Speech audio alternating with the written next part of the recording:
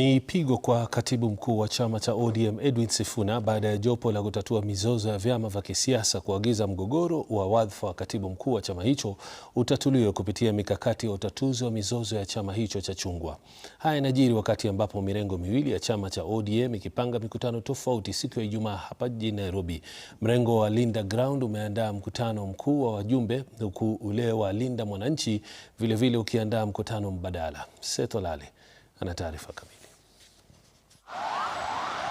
Jopo la kutatua mizozo ya vyama vya kisiasa limesema kwamba halina mamlaka kisheria kuamua kesi ya katibu mkuu wa chama cha chungwa dhidi ya uongozi wa chama chake cha ODM.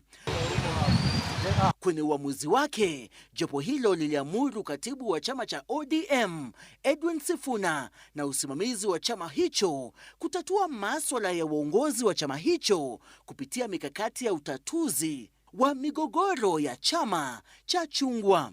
Kesho saa 8 meeting ikiisha.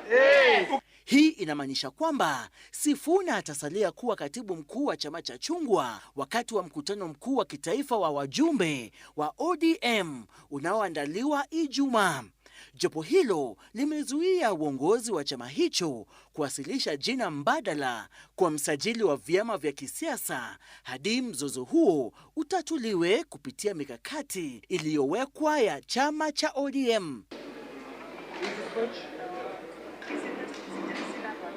Hii ya kesho ndio mojawapo ya zile in-house mechanism kusuluhisha masuala haya yote. Kupitia mtandao wa X, Sifuna ameonekana kutotikiswa na uamuzi wa jopo hilo na kunadi mkutano mbadala wa Linda Mwananchi jijini Nairobi, wakati ambapo mkutano mkuu wa wajumbe wa ODM utakuwa ukifanyika katika uwanja wa maonyesho ya kilimo wa Jamhuri jijini Nairobi.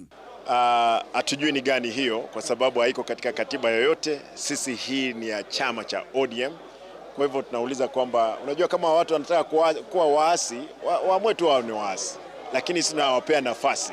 We offer them an olive branch warudi.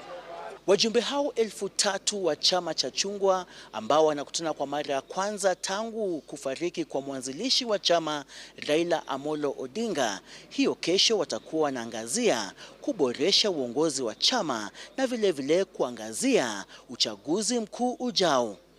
Seth Olale, runinga ya Citizen katika kaunti ya Nairobi.